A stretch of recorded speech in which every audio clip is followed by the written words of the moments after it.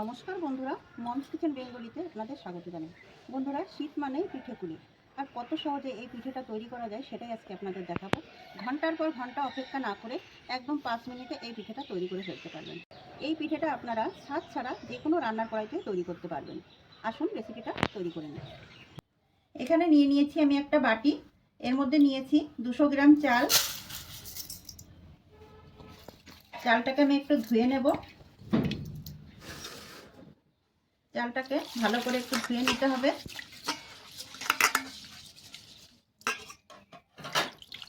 আমি এখানে নরমাল চাল নিয়েছি, আপনারা চাইলে গোবিন্দভোগ চালও নিতে পারেন। চালটাকে ভালো করে ধুয়ে পরিষ্কার করে নিয়েছি। এবার চালটাকে একটুখানি গরম করে নিতে হবে। গ্যাসের উপর আমি একটা কড়াই চাপিয়ে দিয়েছি। এখন একটু কড়াইতে জল দিয়ে দেব। পরিমাণ মতন জলটা দিতে হবে। আর এর ভেতরে আমি চালগুলো দিয়ে দেব।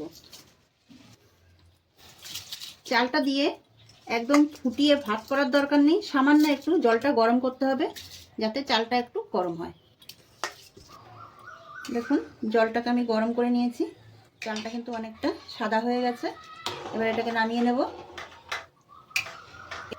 এইভাবে একটুখানি জাল করে নিতে হবে, অনেক বেশি না, চালটা যাতে ফুটে না যায় সেইভাবে তৈরি করে নিতে হবে। চালটা যদি সাদা সাদা হয়ে আসে সেই সময় নামিয়ে নিতে হবে।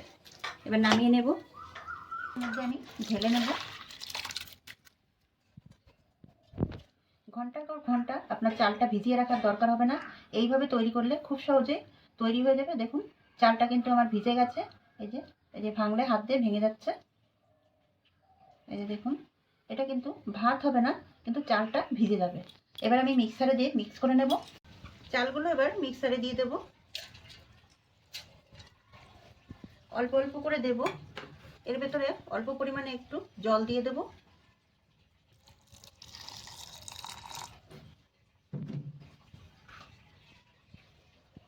ভালো করে একটু মিক্স করে নিয়ে আসবো। মিক্সারটা খুলে নেব। দেখুন, এরকমভাবে পেস্টটা তৈরি করে নিয়ে আসতে হবে। এবার এই পেস্টটাকে একটু চেলে নেব। এখানে একটা বাটি নিয়ে নিয়েছি, আর এর উপরে নিয়ে নিয়েছি ছাঁকনি। পেস্টটা এর ভেতরে ঢেলে দেব। চালের যে দানা দানাগুলো থাকবে সেগুলো যাতে ভেতরে না যায় সেজন্য এভাবে চেলে নিতে হবে। এইভাবে একটু চামচ দিয়ে ফুটলে চালের এই পেস্টটাকে এইভাবে একটু চেলে নিতে হবে। এই যে দানা দানা ভাবটা আছে এটাকে আরেকবার করে আমি মিক্সি করে নিয়ে আসবো। এটুকু আমি পিষে নিয়ে এসেছি, এবার চেলে নেব। ব্যাটারটার মধ্যে একটু দানা দানা থাকে, এটাকে ভালো করে একটু চেলে নিতে হবে।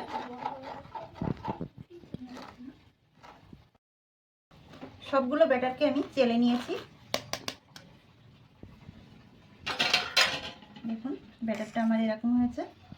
এবার এর মধ্যে অল্প করে একটু উষ্ণ গরম জল আমি দিয়ে দেব।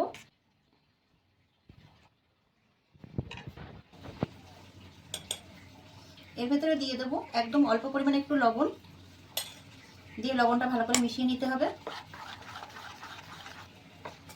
ব্যাটারটা আমি এরকম তৈরি করে নিয়েছি, কিন্তু এর ভেতরে একটু জল দিতে হবে। ব্যাটারটা এখন একটু ঘন আছে। এর ভেতরে আমি দিয়ে দেব উষ্ণ গরম জল।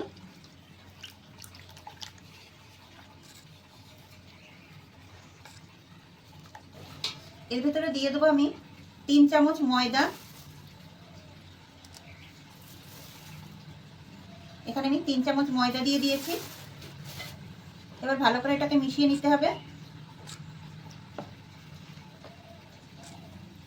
এখানে আমি 1 চামচ জল দিয়েছি, আরও এখানে 2 চামচ জল দিতে হবে।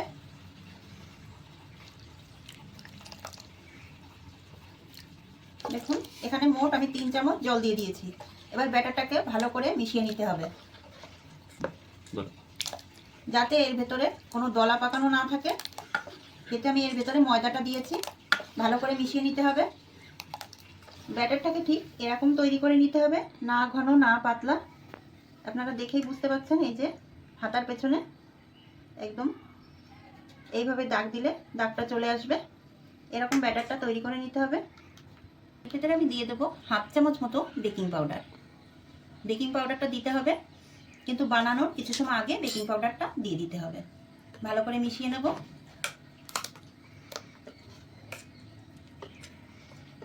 এইভাবে ভালো করে মিশিয়ে নিতে হবে। বেকিং সোডা দেবেন না, কিন্তু বেকিং পাউডারটা দিতে হবে।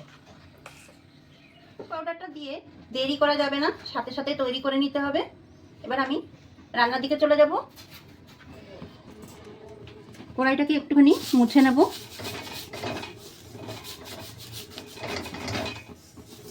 এখানে আমি লোহার কড়াই ব্যবহার করছি, আপনারা যে কোনো কড়াই ব্যবহার করতে পারেন। গ্যাসের আঁচটা লোতে রাখতে হবে। এখানে আমি 1 হাতা করে ব্যাটার দিয়ে দেব।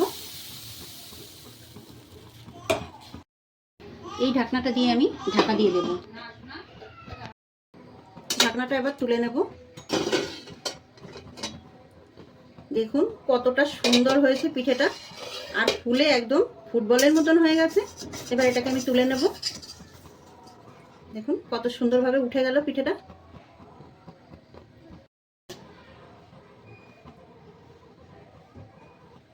আমি আরেকটা তৈরি করে নিচ্ছি। একই রকম ভাবে আমি আরেক হাতা করে দিয়ে দেব। এবার আমি ঢাকনা দিয়ে ঢাকা দিয়ে দেব। ঢাকনাটা আমি তুলে নেব। দেখুন আরেকটা পিঠেও আমার তৈরি হয়ে গেছে, আর কত সুন্দরভাবে ফুলে গেছে। পিঠেটা কত সুন্দর ফুলেছে। সব চিতই পিঠেগুলো আমি একই রকমভাবে তৈরি করে নেব। আমি আরেক হাতা ব্যাটার দিয়ে দিলাম। এখানে আমি 1 হাতা আর অল্প একটু দিয়ে দিচ্ছি। এবার আমি ঢাকনাটা দিয়ে ঢাকা দিয়ে দেব। ঢাকনাটা তুলে নিচ্ছি। দেখুন পিঠেটা কতটা সুন্দরভাবে ফুলে উঠেছে, আর কত সুন্দরভাবে উঠে যাচ্ছে। দেখুন বন্ধুরা, পিঠেগুলো কত সুন্দর হয়েছে, একদম ফুলা ফুলা আর জালিদার, অসংখ্য জালিতে ভর্তি আর নরম তুলতুলে সব। আপনি দেখেই বুঝতে পারছেন কতটা সুন্দর হয়েছে পিঠেগুলো। এই পিঠেগুলো বন্ধুরা আপনারা যে কোনো কড়াইতে তৈরি করতে পারবেন। লোহার কড়াই, অ্যালুমিনিয়ামের কড়াই, যে কোনো কড়াইতে এই পিঠেগুলো তৈরি করা যাবে ছাদ ছাড়াই। খুব সহজে এরকম জালিদার তুলতুলে নরম সফট পিঠে আপনারা তৈরি করে নিতে পারবেন। এই পিঠেগুলো আপনারা গুড় দিয়েও খেতে পারেন, কিংবা মাংস দিয়েও এই পিঠেগুলো খেতে খুব ভালো লাগে। বন্ধুরা রেসিপিটি যদি ভালো লাগে লাইক, কমেন্ট, সাবস্ক্রাইব করে পাশে থাকবেন, আর নতুন বন্ধুদের সাথে শেয়ার করবেন। ভালো থাকবেন, সুস্থ থাকবেন। দেখা হবে পরবর্তী ভিডিওতে নতুন রেসিপি নিয়ে।